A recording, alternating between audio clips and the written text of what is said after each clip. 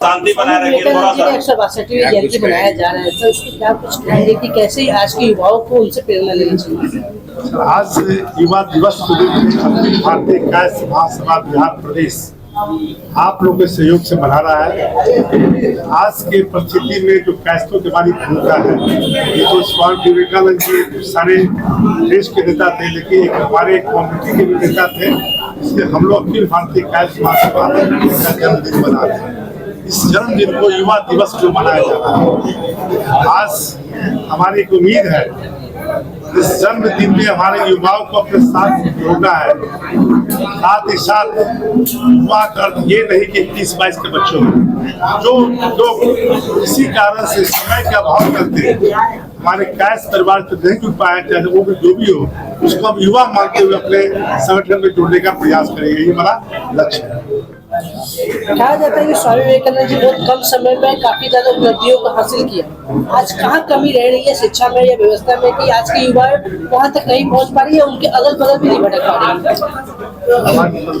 बात सत्य है कि उनके कम लोगों का देहांत हुआ 40 वर्ष की उम्र में ही, इतनी सारी 40 वर्ष की उम्र में ही इतना उनका ज्ञान प्राप्त था। अज्ञान दे के पूरे विश्व को गए, उन्हीं को ज्ञान जो दिए हम देशवासियों को, उसी को स्मरण करते हुए आज के युवाओं को हमें प्रेरित करना है कि उनके द्वारा बताए हुए चीजों को हम लोग को अमल में लाना है अपनी जिंदगी में। ये हमारी अपनी सोच है। इस तरह का विवेकानंद जी का सोच था, उसी सोच को हम चित्रांत परिवार लोग लाने का प्रयास कर रहे हैं। साथ ही एक बात सबके एक उद्देश्य क्या है, ये 2025 बिहार में विधानसभा चुनाव होने जा रहा है। पूरे बिहार में कायस्थों की क्या भूमिका होनी चाहिए, इसका भी हम लोग मंथन कर रहे हैं। और आने वाले भविष्य में फरवरी में हमारे अखिल भारतीय कायस्थ महासभा का प्रदेश कार्य समिति की बैठक होगी। उस बैठक में निर्णय करेंगे हमारी चित्रांशों की भूमिका विधानसभा चुनाव में क्या होनी चाहिए, क्योंकि सभी राजनीतिक दल हमारे संख्या को वोट देकर नहीं मानते हैं। कि सच्चाई ऐसी बात नहीं है, लेकिन उसको किस तरह से किया गया हम सभी चित्रांश दिग्भ्रमित है। और इसी के चलते हम अगले महीने में बैठक करेंगे और अपनी भूमिका तय करेंगे कि हमारी संख्या कम कैसे आका गया और हम लोग की भूमिका आने वाले विधानसभा में कैसी होगी, इसके विचार युवाओं के जो इनके द्वारा बताया गया है, युवा वर्ग को उठो जागो और अपने लक्ष्य की प्राप्ति करो, तक दौड़ते रहो, आगे बढ़ते रहो। यही उनकी जो है कि वो मंत्र है, मूल मंत्र वो इन्होंने समाज को दिया, विश्व को दिया।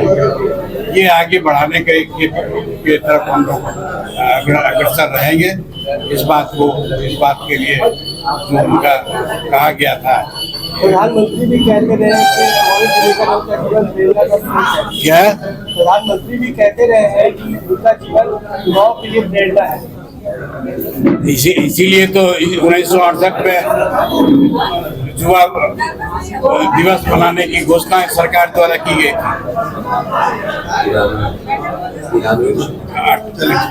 1893 में नहीं, सॉरी आज आगे क्या रणनीति है आगे की रणनीति जो हमारे अध्यक्ष महोदय ने कहा, उसी को आगे बढ़ाने का प्रयास करेंगे। बस यही हमारी विवेकानंद जी के जन्म हुआ था, तत्पश्चात उनकी मृत्यु आज ही के दिन 1902 में हो गई थी। उनकी आयु 39 वर्ष थी।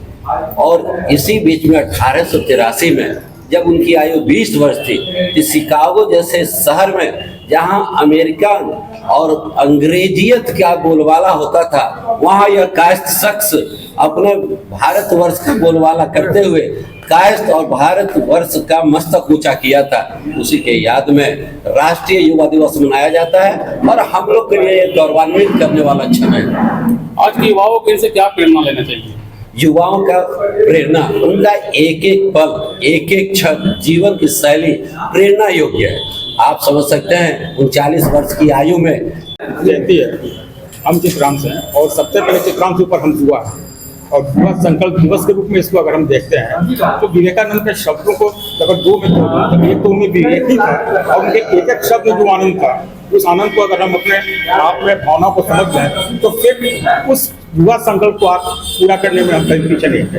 उनकी भावनाओं को समझना, उनको शब्दों में नहीं उतारा जा सकता। उनकी भावनाओं को हम अपने में आत्मसात करते हैं, तभी हम विवेकानंद की फिलॉसफी, उनकी जिंदगी को हम समझ सकते हैं। शब्दों में उकेरा नहीं जा सकता। बहुत बड़ी शख्सियत है, शब्दों में उकेरना उनको सूर्य को दीपक दिखाने का है। तो उनके दिए गए जो भी आदर्श है, सिद्धांत है, जो हमारे समाज में ही है, हमको पहचानने की देरी है और उनके संकल्पों के साथ आगे बढ़ना। इसलिए विवेकानंद के इस युवा संकल्प दिवस के रूप में एक चित्रांश होने के नाते उनके प्रति मेरी अपनी